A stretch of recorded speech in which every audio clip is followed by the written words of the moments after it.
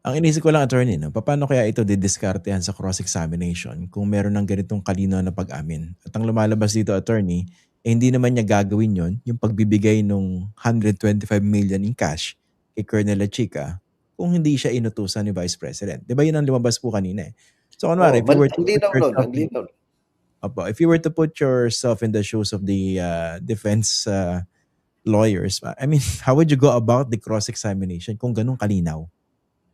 I've been a litigation lawyer, Christian, at I would admit, napakahirap ang sitwasyon nila ngayon.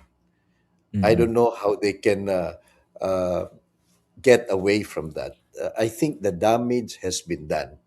The damage na ang nag-utos dito sa hindi tamang pag-transfer kay Colonel Lachica, ang Vice President mismo.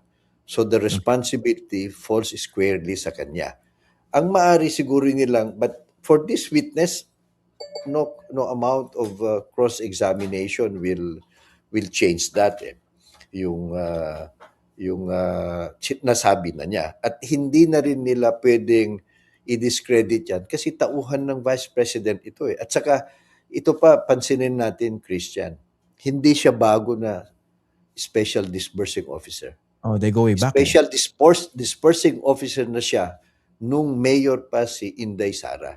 At 'di Mm. ba, isa rin niyang issue na lumulutang na gawain nila ito sa Davao. Ang Davao ang isang siyudad na isa sa mga pinakamalaking intelligence funds noon pa man. So Mm. this is also worth looking into. Siguro nga ang tanong ng taong bayan dito, bakit hindi rin tinitignan ng COA yung intelligence and confidential fund ng mayor ng Davao? That Mm. is a question that COA should answer, di ba? But going back to Ginang Acosta, mahihirapan. I have to admit, mahihirapan ng depensa to undo what she has already revealed. Twice consistent siya under oath.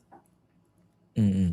Yun nga, tsaka parang dito po 'no, hindi nila puwedeng sabihin na hindi kami familiar sa pagle-liquidate o pag-handle ng confidential funds dahil nandun na nga, eh, 'di ba? Nung mayor pa si Sara Duterte, she was the same SDO at apparently sinama siya sa Office of the Vice President, tama po? Oo, as a matter of fact, talagang dikit yan sa Vice President kasi nga coterminous sila, eh. She Mm. is a political appointee sa Office of the Vice President. So, at yung maswerte nga yung prosecution na Christian kasi uh, the way the Attorney Ligutan was asking questions, he did not maximize the use of leading questions. Hmm. Mukhang ang dami niyang mga question na neutral, eh. Dapat Mm. puro leading question na ang pinagtatanong niya. We don't know, baka bukas or the next hearing date, gagawin niya yan. But I think he has to improve in handling a hostile witness. He has to maximize the use of leading questions. And I'm sure marami pa siyang elicit na damaging answers dito sa witness nito kung husayan lang nila ang pagtanong ng leading questions. Kanina, attorney 'no, I don't know whether you agree with this observation. Napansin ko nagiging maingat din yung, prosecution sa pagha-handle dito sa hostile witness. Siguro dahil this is an impeachment trial at nanonood yung publiko. Siguro ayaw nila isipin na, "Teka, baka naman sabihin binubully namin 'tong witness na 'to dahil hostile," 'di ba? Magmukhang kawawa tapos ma-flip pa yung narrative na tipong kumbaga mailayo dun sa mismong issue dahil makapag-focus dun sa mga gano'ng, side issues. Anong tingin niyo? Maari naman, Christian, but you can actually ask leading questions without raising your voice. Mm. Without being too circuitous na kwan. At napansin ko din, halimbawa, kung wala siyang testimony sa Kongreso noon na kung ano ang itsura ng mga maleta o anong detalye ng pag-withdraw nila, di ba dapat na-elicit na ito ng prosecution dun sa witnesses silang dalawang land bank officials. Dapat alam Mm. na nila kung anong nangyari. But kung nagtatanong siya kanina sa kanya, parang hindi pa niya alam eh. So kulang Mm. ng leading question. I would expect na dahil witnesses nila yung mga bank officials, alam na nila ang buong detalye.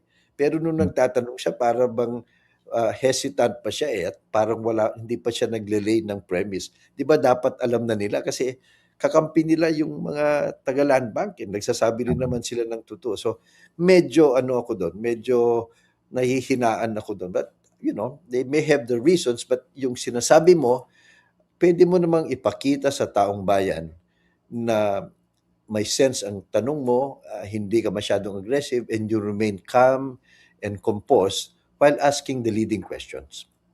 Kung yan ang observation niya sa prosecution, ano naman yung observation niyo doon po sa defense?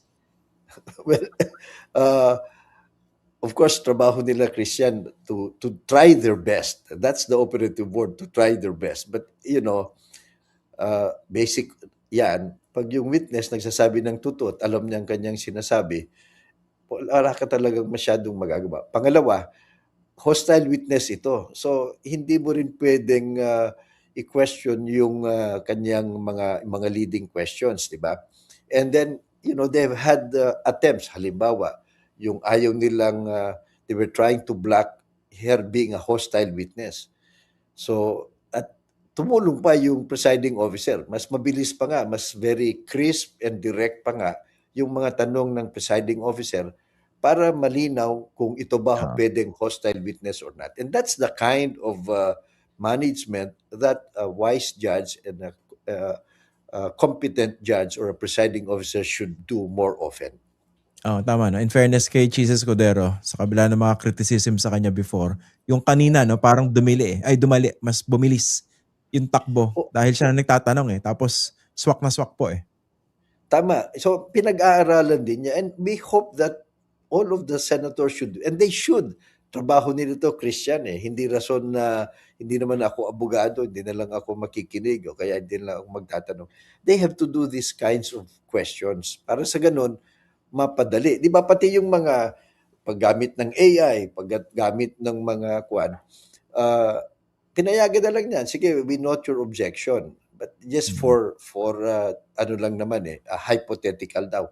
Ito nga, Christian, hindi ko rin maintindihan kung bakit nung ah, supot sila ng 1 million, siguro naman merong bangko magpapahiram sa kanila ng 1 million, eh. Eh dito yung mga ganun ba na, Gano'n ba yun? Dapat oo, actual 'di cash? ba, oo, 'di ba sana ang dali lang, ito yung 1 million na ganito kalaki, ito measurement. So gumawa ka ng 125 na gano'n kasi na-measure na, eh. Eh di tapos na sana, 'di ba? So Mm. humaba pa yung kwento. I think the prosecution has to be more creative. They have to Mm. be more exhaustive para sa gano'n sana talagang swak na swak, tumbok na tumbok sila at mahi ma ma maiwasan na yung kung ano, umiikot pa sa mga peripherals. They should be Mm. more creative sana. Anyway, marami naman silang alam na ebidensya. Gamitin nila ito, yung mga lumabas na, para sa mga hostile witnesses. Mm.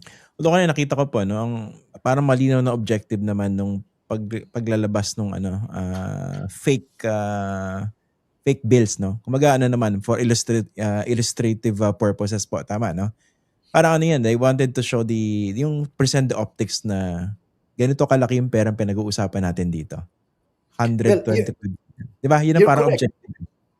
Yeah, you're correct. They were appealing to the yung gallery sa Public. atin, 'di ba? Yung hindi Oo. mga abogado. So that's why nga kung mag-appeal ka na lang niya, 'di ba dapat yung first 1 million tunay na. 'Di ba? Yung pakita mo. Kasi ang tao din kung minsan sasabihin niyan, yung mga peke naman yung ano, malay mo kung mas malapad o mas mga ganyan, may ganyan pag-iisip ang taong bayan. To avoid that sana, yung first 1 million na bundle, tunay na. And then kung Mm. anong dimension, gumawa na sila ng 124 pa na gano'n, in-stack niyan. 'Di ba mas maganda yung gano'n, na you lay the premise. Pero ito Mm. kasi AI, yung iba diyan na malay natin yung AI nagkakamali, puwedeng ma-exaggerate, mga gano'n, eh. So they Mm. could refine their techniques. That's my point. Para sa gano'n, matumbok talaga nila at mawala ng duda both the judges and the public.